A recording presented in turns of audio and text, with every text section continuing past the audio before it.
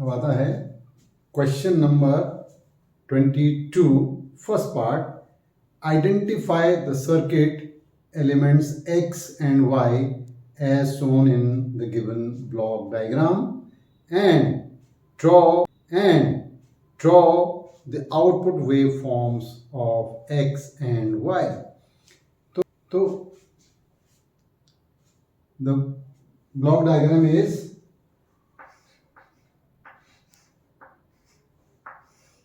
this is the device x and here is another device y,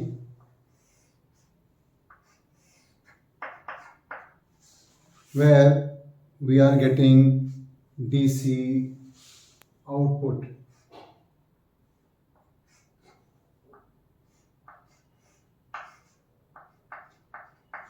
DC correct. So it is alternating current and you are getting here DC. So which device converts AC into DC?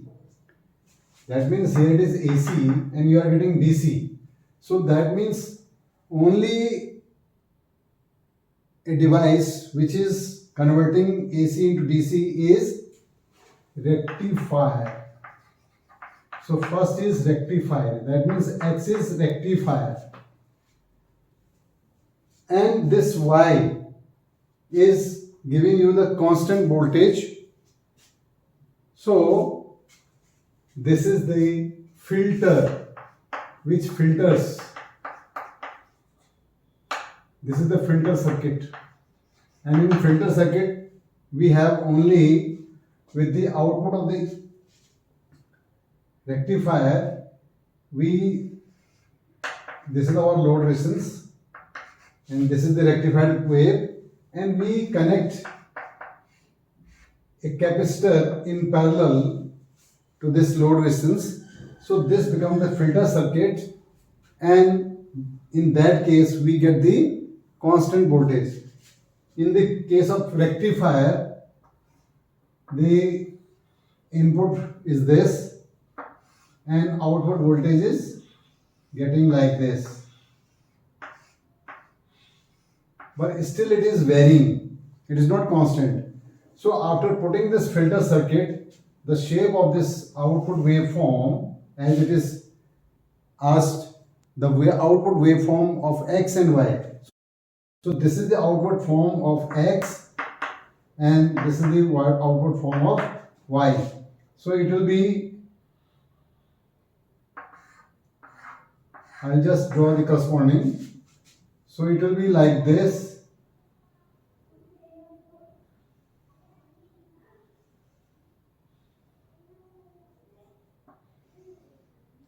So initially the waveform will be like this, and then this capacitor will not allow to fall the current further to this level. So then almost this you are getting almost a constant current. एक बार फिर से देखेंगे, यहाँ AC है, यहाँ पर कोई device लगी हुई है और यहाँ पर एक और डिवाइस लगी है, जिसकी वजह से यहाँ पर हमें क्या है, AC जो है वो DC में कन्वर्ट हो रहा है और वो कांस्टेंट में आ रहा है. तो सबसे पहला तो ये है कि device which converts AC into DC, that is the rectifier. So X is rectifier. X is rectifier. अब उस रेक्टिफायर में जो करंट का आता है वो वेरिएशन इस तरह से आता है, हालांकि एक यूनिट डायरेक्शन हो गया, वो सेम डायरेक्शन में, but still it is varying. तो उसको और कांस्टेंट करने के लिए, अप्रोक्सीमेटली कांस्टेंट करने के लिए एक डिवाइस हम यूज करते हैं, that is called the filter. और ये फिल्टर जो है एक कैपेसिटर का फॉर्म में होता है या इंडक्टर के फॉर्म में होता है. Better is inductor. सो यहाँ पर एक कैपेसिटर लगाया है जो इसको फर्दर डिक्रीज नहीं होने देगा.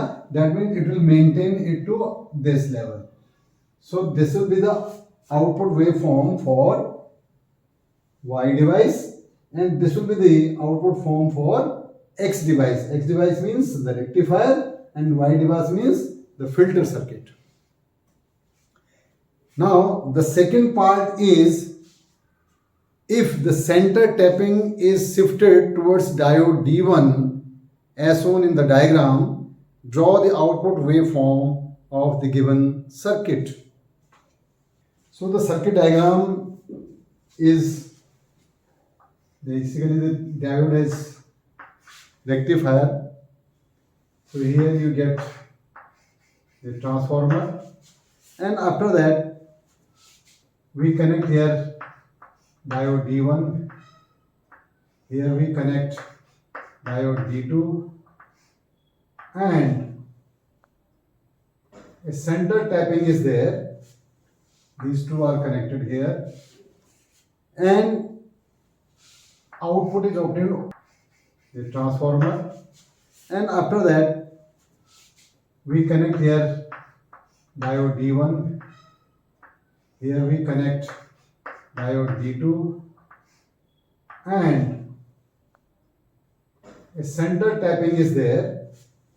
These two are connected here, and output is obtained across this resistor, which is connected with the center tapping here. But if, as far as this question is concerned, if the tapping is, this is the diode D1, this is diode D2. If this central tapping is shifted towards the D1, that means it is not at the midway. अगर यहाँ पर 10 volt है, यहाँ 0 volt है, तो basically जो है वो 5 वोल्ट में रखते हैं यहाँ पे सेंटर में. लेकिन अगर इसको हम यहाँ सेंटर से शिफ्ट कर दें टुवर्ड्स दिस, तो what will happen? Here the potential difference for the D2 will be large and the potential difference for the D1 will be less. That means this D1 will be less forward and it will be more forward. So the output form as initially, जो पहले आपको कैसे मिलेगी centre tapping में, तो बराबर बराबर मिलेगा. बट इस केस में जब होगा तो इसमें क्या होगा? This will B this, and उसके केस में क्या होगा? लार्ज आ जाएगा, क्योंकि करंट क्या होगी? ज्यादा होगी. इनका रेजिस्टेंस तो कुछ होता ही नहीं है, बहुत नेग्लिजिबल है बिल्कुल. तो इस केस में वोल्टेज कम है. जैसे सपोज मैं यहाँ पर इसको ले लेता हूं मैं 8 तक, तो that will be 2 by whatever it R, that will be I. और इस केस में क्या होगा? 8 by R, the second case में.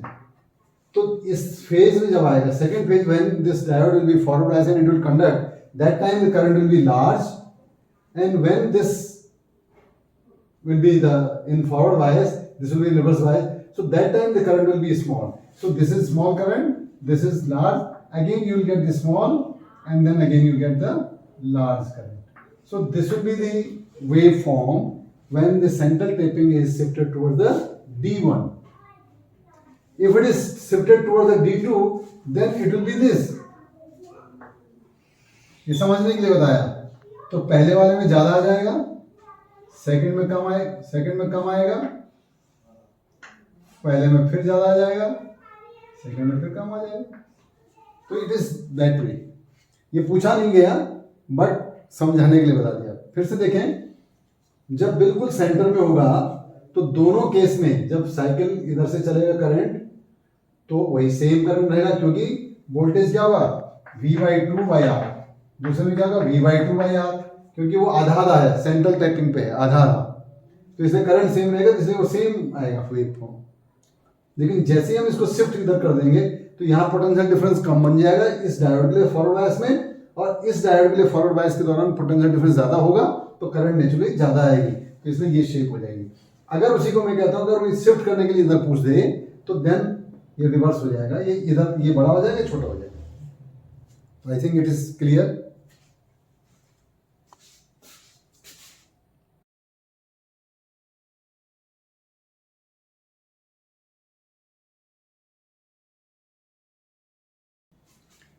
Question number 23. Find the expression for the capacitance of a parallel plate capacitor of plate area A and plate separation D when a dielectric slab of thickness T and second part a metallic slab of thickness T where T is less than D are introduced one by one between the plates of the capacitor. In which case would the capacitance be more and why. यानी parallel plate capacitor आपने देखा है, इसको अगर हम इस तरह से देखें, दो प्लेटें हैं,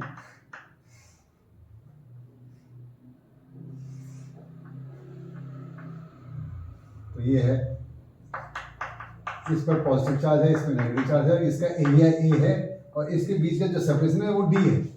इसको अगर हम फ्रंट व्यू से देखेंगे तो हमारे पास ये दो प्लेट नजर आएंगी।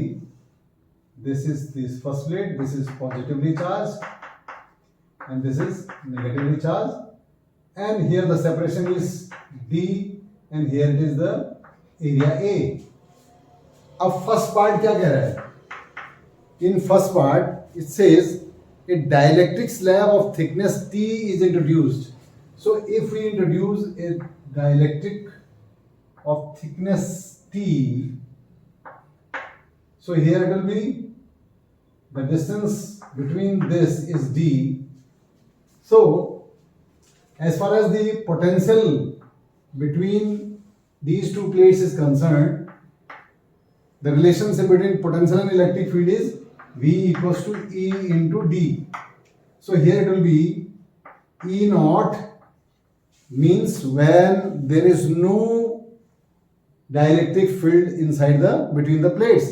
That means air कह सकते हैं या vacuum कह सकते हैं, that is air into thickness that is D if nothing is filled.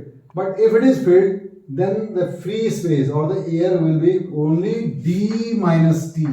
So that will be E naught into D minus T plus what will be the potential here? That will be the electric field E into thickness T, because this is the relation V equals to E into D. तो यहां पर क्या हुआ, ये और ये space जहां air है वो बच गया D माइनस टी, तो इसे पोटेंशियल हो जाएगा E not into D minus T, और यहां पर जो इलेक्ट्रिक फील्ड डेवलप हो गया वो हो गया E, तो दैट इज, और इसका डाइलेक्ट्रिक कांस्टेंट लेटर से K है, तो that is E into T. अब हमें पता है electric field in vacuum upon electric field in medium equal to क्या होता है? K. So electric field in medium here E will be equals to E naught by K. So we can just substitute here. So this is E naught D minus T plus, यहां से देखेंगे ध्यान से तो क्या आएगा, E not हो जाएगा E की जगह, जैसे कूलम्ब फोर्स में भी आपने कहा था F vacuum upon F medium is equal to K, that is epsilon not बोलते थे आप इसको, epsilon divided by epsilon not. इसी तरह E not by E medium was also equal to K, तो वहीं से यूज किया है, तो that is E not by K into T, ये आपका आ गया। अब यहां से E नॉट कॉमन ले लिया हमने, तो we are left here D minus T plus T by K. So this is the potential difference between these two plates. और कैपेसिटेंस कैसे रिलेटेड है? The C is always equal to Q by V. That means Q is, अगर इसकी charge density sigma है तो Q is sigma into A upon what is V? V we have just found out. This is T plus T by K. ये आ गया, Q is sigma into A upon E naught into D minus T plus T by K. And हमने ये भी पढ़ा हुआ है, we have studied that the electric field between the capacitor is sigma by epsilon naught. So we can replace this E as sigma upon epsilon naught D minus T plus T by K. Sigma से sigma cut जाएगा, epsilon not पर चला जाएगा, तो we are left here epsilon not A upon D minus T plus T by K. So this is the C medium, and epsilon naught A by D अगर मैं बात करूं तो वो क्या हो जाएगा, यहां से डी अगर कॉमन लेंगे तो इसमें फैक्टर आएगा, तो इसीलिए वहां पर आपको याद होगा C medium upon C not was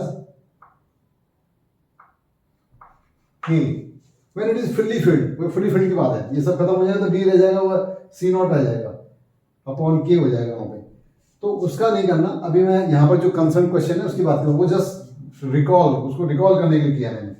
तो यहाँ पर ये आ गया।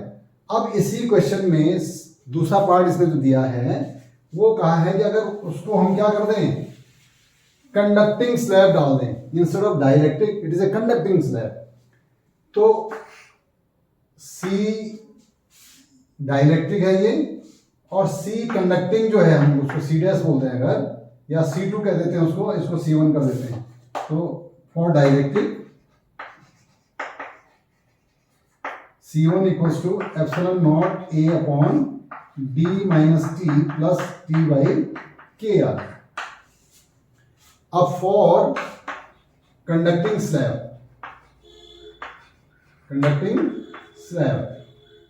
थिकनेस हुई है, तो that will be epsilon not A upon D minus T plus T upon infinity, because for conductors और for metals this K is infinity.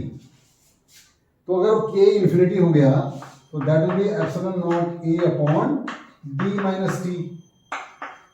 अब अगर आप C1 अपॉन C2 देखें या C2 अपॉन C1 देखें ध्यान से, तो आपको सेम चीज दिख रहा है, but only the factor here this D minus T plus T by के। D माइनस T तो वहां भी है, लेकिन यहां पर समथिंग इज बीइंग एडेड, कुछ ना कुछ ऐड हो रहा है। तो डिनोमिनेटर क्या हो गया, लार्ज हो गया, इसलिए फैक्टर क्या हो जाएगा, ये छोटा हो जाएगा। तो here we get C2 is greater than C1, यानी जब हम कंडक्टिंग स्लैब डालेंगे तो कैपेसिटेंस बहुत ज़्यादा बढ़ जाएगी, और जब डाइलेक्ट्रिक डालेंगे तो उसके मुकाबले वो कम बढ़ेगी, कैपेसिटी तो बढ़ेगी, बट अगर इसमें पूरा फुल्ली फिल्ड कर दें, जैसे मैंने बताया कि अगर इसको फुल्ली फिल्ड कर दें, ये क्वेश्चन में नहीं दिया लेकिन समझने के लिए कर देंगे, तो D और T क्या हो जाएंगे, बराबर हो जाएंगे, ये तो जीरो हो जाएगा, और D बाई के, तो that means it will become epsilon not A upon D into के हो जाएगा, K टाइम्स हो जाता है, ये जो मैंने आपको बताया था C टाइम्स।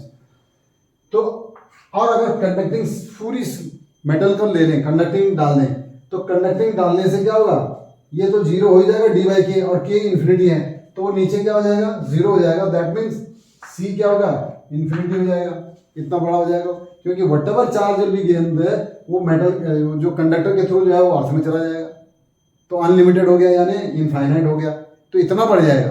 तो मेटल के शीट डालने से, यानी कंडक्टिंग शीट डालने से कैपेसिटेंस बहुत ज़्यादा बढ़ेगी as compare to the same thickness का, किससे, डाइलेक्ट्रिक स्लैब से। तो एक बार फिर से देखेंगे कि यहाँ पर जैसे हम कोई भी डाइलेक्ट्रिक स्लैब डालते हैं तो पोटेंशियल डिफरेंस जो आपका इन दोनों प्लेट्स के बीच होगा, that will B E into D करना है हमको। तो यहाँ पर सेपरेट एक सेपरेशन नहीं है, यहाँ दो वेराइटी हो गई, एक तो हो गया एयर वाला और दूसरा हो गया मटेरियल वाला। तो जो एयर का गैप है उसका से हम पोटेंशियल डिफरेंस निकालें तो E not into D minus T हो जाएगा, और इसकी वजह से इलेक्ट्रिक फील्ड यहाँ पर डेवलप होगा, that will not be E, that will B E not by के। तो that is E into T, so by replacing it E not by के इंटू टी, इसमें E नॉट कॉमन ले लिया तो E not into D minus T plus T by के आएगा, और C क्या होता है, Q बाई V होता है। तो Q की वैल्यू होती है sigma into area, because this is surface charge density, into area से मल्टीप्लाई कर देंगे तो टोटल चार्ज आ जाएगा, और यहाँ पोटेंशियल की वैल्यू हमने डाल दी E not into D minus T plus T by के। अब E नॉट की वैल्यू क्या होती है, कैपेसिटर्स पैरेलल प्लेट कैपेसिटर के बीच में जो इलेक्ट्रिक फील्ड डेवलप होता है, that is E not epsilon sigma by epsilon not. तो उसको रिप्लेस कर दिया, यहाँ से सिग्मा से सिग्मा कट गया, एप्सिलॉन नॉट ऊपर चला गया, एप्सिलॉन नॉट ए अपॉन नीचे बच गया D minus T plus T by के। अब इसको हम कह रहे हैं, ये तो जनरल बोला हमने कोई स्लैब डाल दी। अब इसके लिए अगर माने ये फॉर डाइलेक्ट्रिक अगर केवल है, उसको मैं C1 लिख दे रहा हूँ, तो it will remain epsilon A upon D minus T plus T by के।